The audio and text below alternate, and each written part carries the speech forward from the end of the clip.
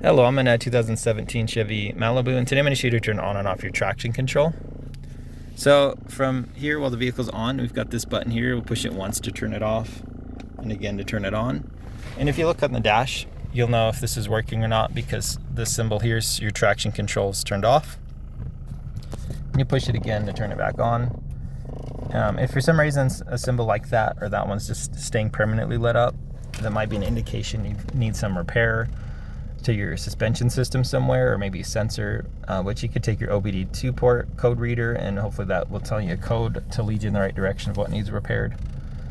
But and usually you want your traction control on.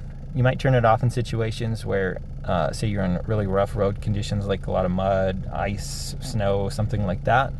And that way you know how the wheels are going to spin. So like say if you're stuck in the mud trying to get unstuck, you might turn it off so you can get out. I wouldn't in this vehicle, but another vehicle, you might turn it off if you're towing, as an example. But otherwise, I hope this was helpful. Hope you have a wonderful day.